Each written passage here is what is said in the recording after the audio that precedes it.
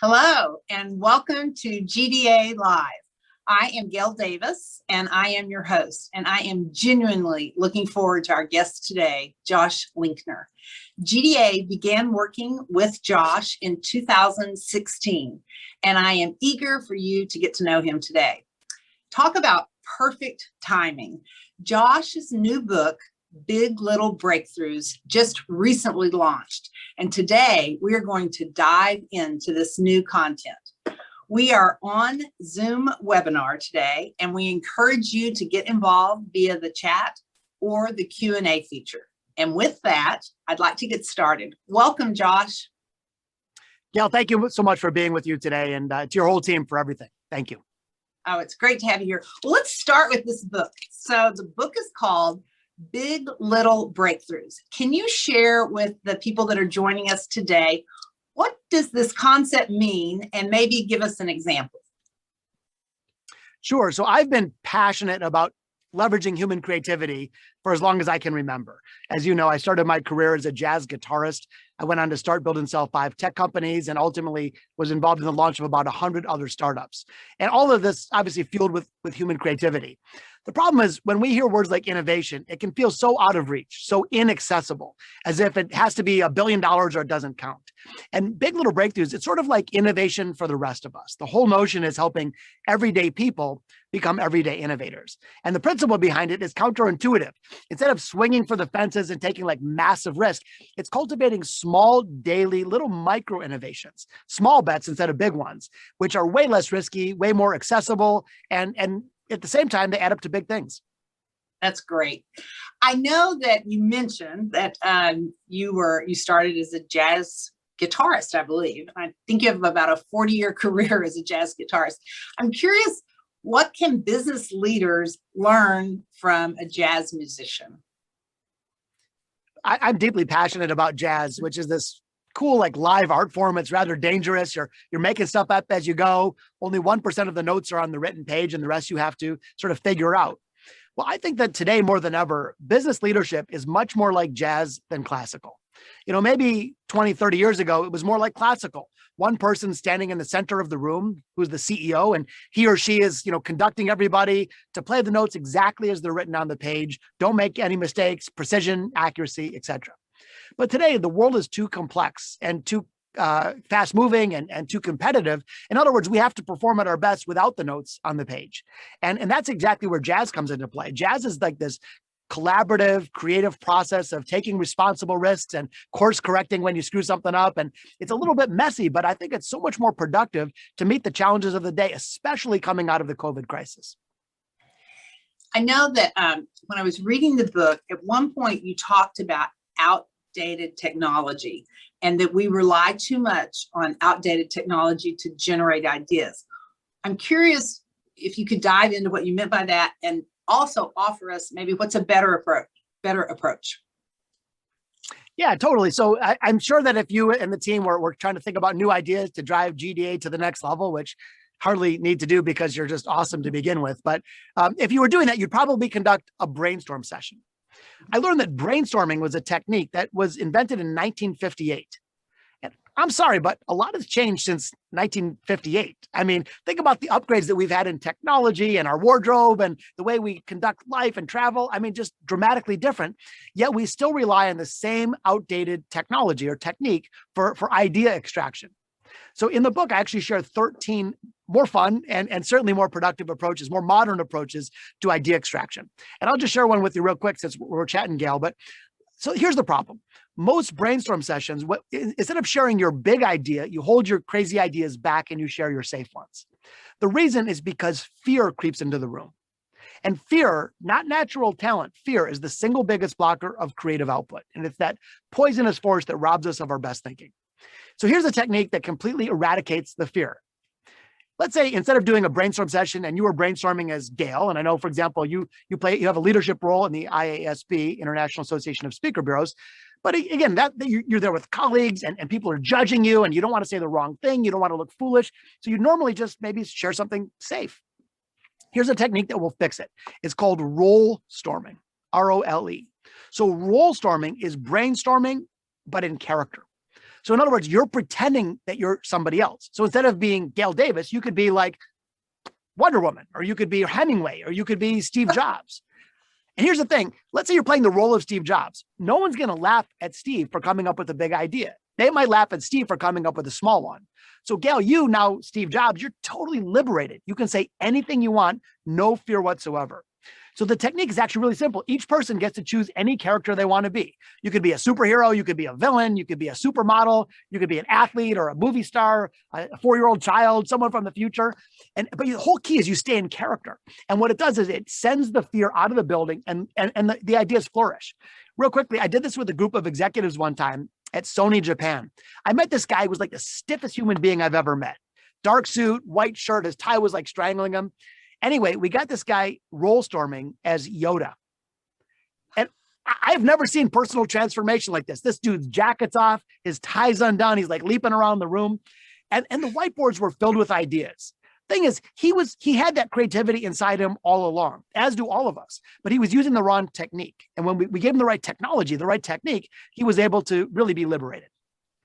I love that idea. I'm going to implement that. Role storming. I love it. You know, speaking of big names like Steve Jobs, in your book, you shared some stories of the creative habits of legendary people like Lady Gaga, the wonderful, elusive artist Banksy, Steven Spielberg. One that caught my eye was the story of the rapper. I think his name was Lil Dicky. What can we learn from a rapper? So for those that don't know about Lil Dicky, his real name is Dave Bird. So if you are trying to become a rap star, being a white upper class Jewish kid, like that's the wrong fit. I mean, and not that there's a white privilege and we should talk about that separately, but actually that's a disadvantage if you want to become a rap star. And the rap stars are generally, not always, but generally sort of African-American men and women, and they're sharing their struggles and their plight, and there's some very common patterns. Most rappers they brag about how powerful they are and how manly they are and how much money they have and they're making it rain and they're so confident. And so this guy Dave Bird said, I have no chance doing what everybody else is doing. So what if I did the opposite? So Lil Dicky is his character's name, and he plays this role of this guy who's sort of this insecure, nebbishy, awkward guy. And he raps, but he's not rapping about how great he is. He's rapping about how weird he feels. There's this one song called Ex-Boyfriend where he meets up with his girlfriend's ex-boyfriend, and they're about to have like this really important night. But the ex-boyfriend is handsome and he's rich and he's charismatic. And they go to the men's room and he learns that the ex-boyfriend is very, well endowed and all this stuff. And so the whole song is this guy talking about how horribly insecure he feels about himself. He has another song where he talks about, instead of how rich he is, the whole song is about how cheap he is. And he challenged himself to make a crazy professional rap video spending $0. So he's like borrowing someone's Lamborghini and he's borrowing someone's house. And it's all about how he borrows his cousin's Netflix account and how he's cheap. He goes to, early bird specials. The point is this. Lil Dicky has now had 2 billion views on YouTube. He's an international star. He's collaborated with Justin Bieber and Ariana Grande, not because he followed the ordinary path. The interesting thing for all of us is that he did something that I call the judo flip. And the judo flip is when you're trying to take an opportunity on or even solve a challenge. You sort of take an inventory. What does everybody else do? What's the conventional wisdom? What does tradition look like?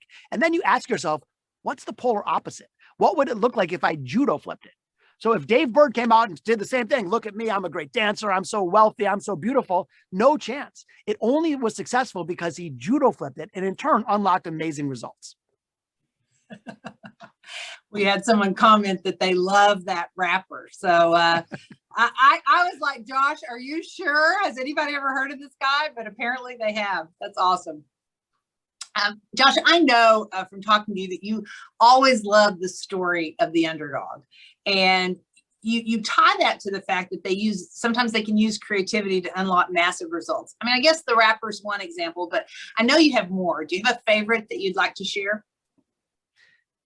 I'm so glad you asked that. So I spent over 1,000 hours in research and interviews on the book. So I researched, neuroscience and deep business research and academic research, but I also interviewed people all over the world. So I interviewed CEOs and billionaires and celebrity entrepreneurs and Grammy award-winning musicians. But my favorites were exactly right, were the underdog stories. And in fact, I don't tell the story of Netflix or Apple because we already know about that. I tried to make sure every story that I shared was fresh and new and sort of different. But one that comes to mind is this. So imagine, Gail, that you and I shot over to London for a long weekend. Maybe we're doing like a health thing together. And we're walking around the streets and we're marveling at the architecture. But then we look down on the ground and see a bunch of cigarette butt litter. Turns out that cigarette butt litter is the single biggest environmental challenge in central London. And in fact, in many cities, they spend millions of dollars a year trying to clean it up. No success. And it's not only looks bad, but it's terrible for the environment. Small animals or children can ingest them. It's just bad all around. And all these people have tried to solve it, but nothing seems to work. Enter a guy who I interviewed for the book named Trewin Restorick. Now, you've probably never heard of Trewin. I didn't either before my research. And he's not a celebrity. He's not a billionaire. He doesn't wear a $4,000 suit. This guy wears like wrinkly khaki pants and 10-year-old loafers. But Trewin said, I care about the planet, and maybe I could try to solve this cigarette thing. So he invents something called the ballot bin. And here's how it works. Let's say you and I just finished some fish and chips and we walk out. And if we were smokers, I know neither of us are, but if we were, we go to throw our cigarette butts on the ground. But instead, we see this glowing, bright yellow box. So we walk a little closer and it's this metal box. There's a glass front. And on the very top, it asks you a two-part question, like, which is your favorite food, hamburgers or pizza?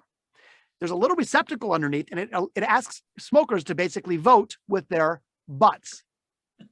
So you put your cigarette butts in there, there's a divider. So now the cigarette butts stack on top of each other, and it looks like there's like two bar charts. Do you see which is in the lead? So here's the thing. It's low tech. It didn't require millions of dollars. It didn't require 4 PhDs. It didn't require regulatory approval, but it worked. When these ballot bins are installed, they reduce cigarette litter by 80%. So Trewin went on to start a company. He now has 50-some employees. They're in 27 countries around the world, taking a real bite out of the cigarette litter issue. And to me, here's why I like it, Gail. It's that, when we hear about Elon Musk, we say, good for Elon Musk, but it's hard to see ourselves in that. But when I see Trewin Restorick and the ballot bin, we all say, you know what? I could have thought of that. And that's what this book is all about. It's showing about how everyday people like you and me can use their creativity to tackle problems and seize opportunities.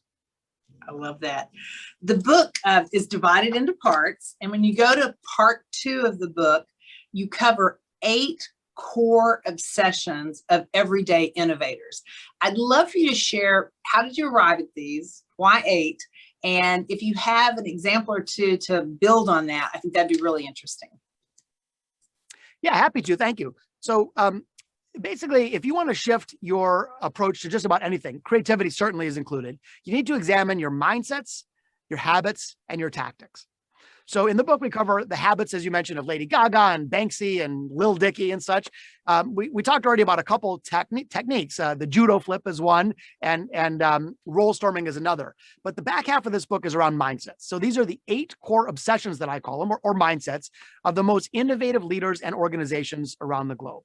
And these were born out of a lot of research, but also, several decades of studying human creativity and also applying these principles in my own tech businesses. Anyway, each of them are somewhat counterintuitive. They're not, the old chestnuts that we hear. They're not overused cliches, but they're very effective, and they're all backed by stories and research. A couple examples. One of them is called "Start Before You're Ready." And too often what we do is we wait. We wait for permission or a directive or till our game plan is perfect. But what ends up happening is that we wait too long and often miss the opportunity altogether. And a more productive approach is just, when you see something, you get after it, recognizing full well you don't have all the answers. And you sort of figure it out as you go. You find your way, even in the face of ambiguity. I'm sure that when you started GDA, you didn't have a bulletproof plan, but you got after it. And through a lot of trial and error, you figured it out as you went. And that's one of the core hallmarks of innovators. A couple other ones that I'll share real quickly. Excuse me. One of them is, some of them are playful. One of them is called "Don't Forget the Dinner Mint." So the principle here is that when you are finishing work product, whether it's a new product offering or even you're just dealing with a client, most of us, we deliver competence, but competence no longer is a competitive advantage. In other words, having good service and good price points, good quality, that's the mere ante to play. That's table stakes. So one thing that innovators try to do is they say, is there a way that I could add a little extra dose, like 5% or less extra creativity to plus up the overall work product? And it yields a disproportionate result. You're able to unlock really powerful gains. Just one quick example of this in action. There's an ice cream business in New York. So this woman, Melissa Tabbs, she came from the old country. Her family made ice cream and gelato in Italy. She comes to America. She's like, yeah, how do I stand out selling ice cream in New York? There couldn't be more of a commodity. That's like a bowl of vanilla ice cream. So what? But she said, okay, what could I add to it to make it a little different, a little bit better? And not a lot. What's a little something I could add? So she starts experimenting and talking to customers, and she comes up with a really cool thing. Her brand is called Tipsy Scoop Boozy Ice Cream. It's alcohol-infused ice cream. So they have one as a cake batter vodka martini ice cream, and there's chocolate raspberry limoncello, and there's a margarita ice cream, and they actually infuse a little bit of ice cream, but proportionally it's very small amount compared to their overhead like of products and real estate and everything else. Yet that is their differentiator. Today, she operates 2 successful retail businesses. She ships to 50 states around the country. She has a cookbook. She does corporate catering. She's rocking, all because she took an underlying commodity and added a little extra something. In this case, don't forget the dinner mint. I love it. When we look at the future of business, and there's a lot of technology, there's AI, there's machine learning, and then we've got this element of everybody working remotely. And I'm curious how the role of just this human creativity that you're talking about, how that's going to play into the future of work. Yeah, here's the thing. Many of the hard skills of the past that we relied on to become our advantages have now become commoditized, outsourced, or automated. And what's happening is that it's these quote unquote softer skills that are really allowing us to thrive in such rapidly changing conditions. In fact, don't just take my word for it. The Future of Work report came out from the World Economic Forum recently, and they showcase what are the most important skills needed in the job force of the near future. It turns out that 4 of the 5 were all tied to human creativity. They were used different words like inventive thinking and creative problem solving and such. But the point is that I don't believe it's a luxury that we can in other words, we can no longer afford the luxury of not harnessing the creativity of our teams. That's the one thing that can't be outsourced or automated. That becomes our source of sustainable competitive advantage. And the good news is that we can tap into it. The way I look at it often is like this. Let's say outside of your home in Dallas, there was an oil well on your property. And someone says, hey, good news, Gail, there's $1 billion of oil here just waiting for the taking. You probably wouldn't be like, nah, forget it. I don't really. You'd be like, oh my God, I'm going to tap into that. Yet here's the thing, most leaders have that oil well inside their organizations. They have dormant creative capacity across their entire workforce. So I would argue that it's one of the most important jobs that we need to do as leaders is to tap into that, bring it to the surface, cultivate it in a thoughtful way, and in a very pragmatic approach, put it to use to drive significant outcomes. I love that. Is there any technique for evaluating creativity when you're adding to your team? Do you have any tricks up your sleeve to see if, a person brings that creative element? Yeah, I do. It's a friend of mine who actually covered in the book. He runs a great software business. He says that an interview is basically 2 people lying to each other for an hour, which I thought was so true. I mean, you're like, oh, our company, we never have a bad day at our company. Yeah. What's your biggest weakness? Well, I work too hard. I mean, it's just all nonsense. So I was thinking about it. When I was doing music, you want to play with the band, you audition. Or you audition for a player. If you want to be on a sports team, you try out for the team. So I just thought that we should get rid of the silly interview process and hold tryouts or auditions. And it's funny. I was actually considering hiring someone recently for a position, and I gave them a project. I said, hey, I'll pay you to do the project. Let's just see how it comes. And it was a little ambiguous on purpose. So I wanted to see, did they ask the right questions? Did they show up on time? Did they deliver a little something extra? Did they package it in a creative way? And actually, I'm really glad I did that because that turned out not to be the right fit. And nothing wrong with that person, by the way. I wish them the best, but as a leader, why blow it on a silly audition only to regret it later on? Instead, let's do what they do in the arts. Let's give our folks auditions. I love that. I've just written that down. That is a huge takeaway for me, an audition. I love it. Okay, let's think. I feel like I've got the guru of creativity and innovation here with me. So I'd like to go at the other angle, like, what are some of the myths? Like people think, oh, this is what creativity is, or this is what innovation is. Are there myths behind those two concepts?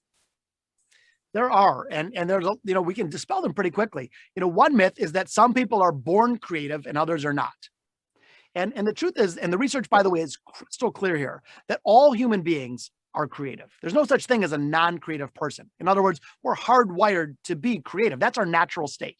So for me, like I play jazz guitar pretty well. I can't draw a stick figure if I tried. And you don't want to see me near a dance floor. My only point is that we can all express creativity in our own ways. It doesn't have to be oil on canvas to be creative. Someone can be creative at customer service or trying a case in front of a jury or being a creative dentist, so we can all find ways to be creative. The other big myth I hear often is that, it's only for certain roles. In other words, unless you're wearing a lab coat or a hoodie, just keep your head down and do what you're told. And again, that's nonsense. We absolutely must have creative people reducing safety hazards in a construction site or creating new efficiencies in a manufacturing firm. So really every role, there's an opportunity for people to express creativity. The other myth I hear all the time is that it's almost like there's a minimum threshold. In other words, unless it's $1 billion idea or unless it changes the world, it doesn't count. And while those big ideas certainly are meaningful, let's not forget the little ones. It's those little ideas. In fact, Harvard came out with a study that attributes 77% of our gross domestic product here in the US, not to the big sexy stuff, but to those day in and day out, big little breakthroughs, the micro innovations. And then the one I hear the most though, is that I'd love to be more innovative, but, and I'm always like, all right, wait for it. And I'm missing. I don't have enough. And then there's a fill in the blank. I don't have enough money. I don't have enough time. I don't have enough equipment. I don't have enough people. And I always playfully respond that, if the amount of creativity that you had equaled the amount of resources you had equaled the level of creativity that you had, the federal government would be the most creative organization on the planet and startups would be the least. And of course, the exact opposite is true. So there, in ingenuity, resourcefulness, being scrappy, those are hallmarks of innovators and those are free and renewable.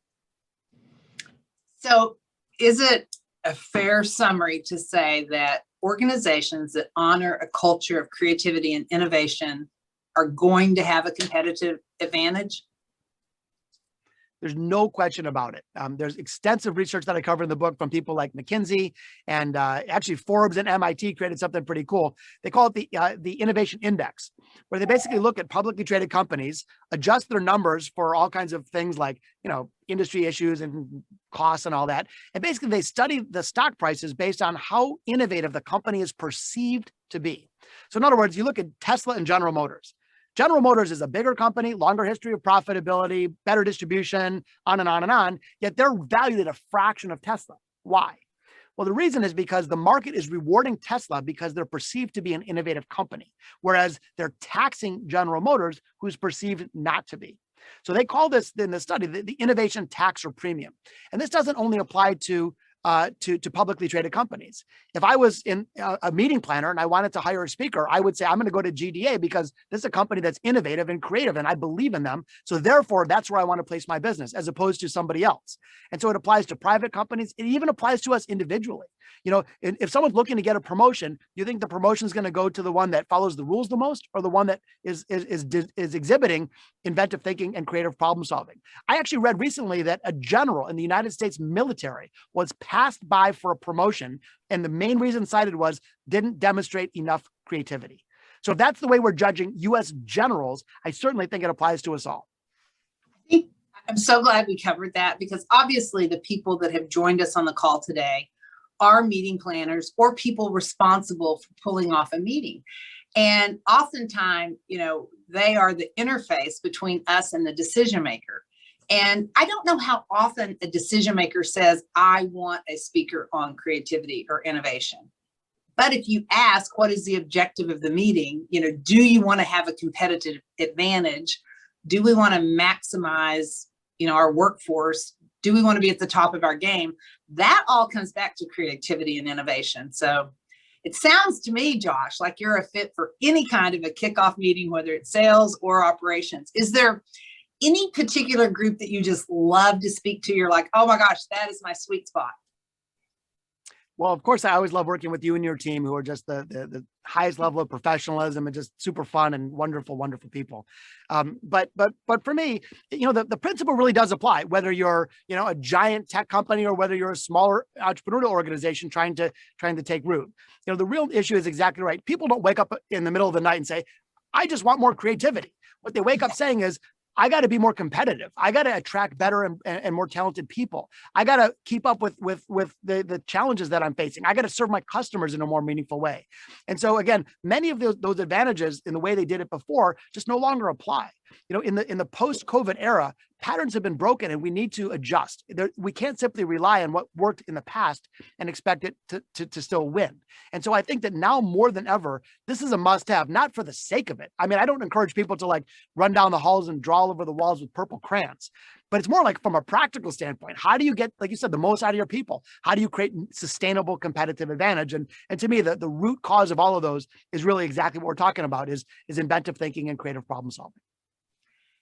Josh, we did not talk about this, and I have no idea where you are right now. I don't know if you're in a studio away from your house or a studio in your house, but one of my clients, Twyla Bravo, love that name. She's with YPO, and they're super all about experiential. And she just tapped in the chat, is a jazz demo coming? So are you where you could do anything like that, or do we not plan for that? Twyla, hey, how you doing? Thank you so much for saying hello. I'm in a studio in my office. We have a super high-end professional studio, and I don't have any musical equipment in here at the moment. Okay. That being said, I love to do that. In fact, I'm doing a virtual keynote tomorrow morning where we're including live music. And I do that fairly regularly, even at in-person events. And we've done this before, but I'll hire local musicians, I'll ship my gear, and we use jazz as like a living metaphor for innovation and creativity. And it all culminates at the end where I invite participants up and I give them like percussion instruments and some cool sunglasses and stuff. And we compose and perform a live jazz song together. Yeah, I know you participated in that years ago. It was a lot of fun. I've never done it without a standing ovation. And it's not for me, by the way, of course, it's for the colleagues that get up and rock it out in front of everybody. So it's a very fun way, but it's also very memorable. And for me, I only like including music if it's going to help drive the message forward. Because to me, a great keynote, it's not about the keynote speaker, it's about the audience. It's not, look what I can do. It's more like, look what you can do. There are ways to do, or what we can do, exactly. But there are ways to do it where we include jazz. And Twyla, we'll make sure we send you a video or something afterwards. But I'm sorry I didn't bring a guitar with me today. Yes, what Josh is referring to is he did a keynote once for the International Association of Speakers Bureaus, and he talked all about all these different concepts. And then, yes, I did get recruited. And at first I was a little intimidated because I don't consider myself a musician. But once I got that wig and those sunglasses on, I just let it go. And it was so much fun. So it's a really cool way to add a lot of personality to a presentation for sure. Well, Josh, we are winding up on our time. Did we cover the key points from your book, or is there anything else you would like to point out? Because it's a great read, and I know we just hit some of the highlights. Yeah, no, thank you for the wonderful conversation. Thanks everyone for listening. I think the key message is that really we are all creative. And if we as leaders can tap into the creativity, if we can elevate that in others, our businesses perform better. And we can really drive better outcomes in any area of life, whether it's career or health or family or community. And I just try to share a very pragmatic, simple, but effective approach to getting there. So thank you for having me on to chat about it. I really appreciate it so much. And hold on, can Josh hold on, there's one question here. Can Josh do the jazz inclusion virtually? Attendees using home instruments, tambourines, drums, kitchen counter, etc. Have you done that, Josh, using on a virtual setting? Yeah, I have actually. Thank you for the question, by the way. And for me, it's I've been very grateful over the last 15 or so years. I've actually delivered 1,000 keynotes, which is just kind of mind blowing. Many with you, of course, Gail, but I've never given the same one twice. I always customize deeply for not only the audience, but the circumstances. So the one we're doing tomorrow is incorporating live music, but they chose not to do sort of a participatory thing because that's not what they wanted. That being said, the answer is 100% yes. We can get people going with pencils and books and like anything that's in the room.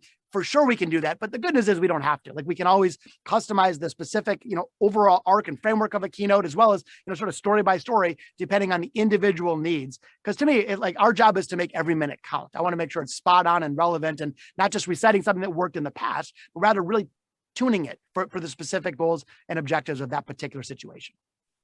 Perfect. Well, Josh, you were super complimentary of my team, and I would like to say the same thing for your team. Everybody on your team is always so accessible and so willing to get on the phone to talk to someone before they even make a decision to hire you.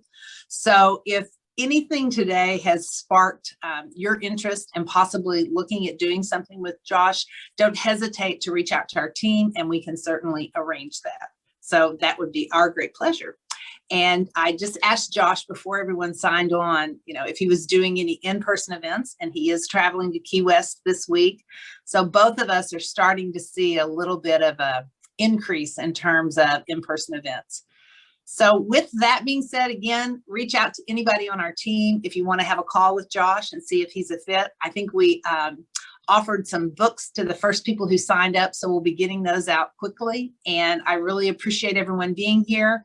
Our next GDA Live is June 14th with Nando Parado. So we look forward to seeing you all then. And thanks so much for joining us today. We appreciate it.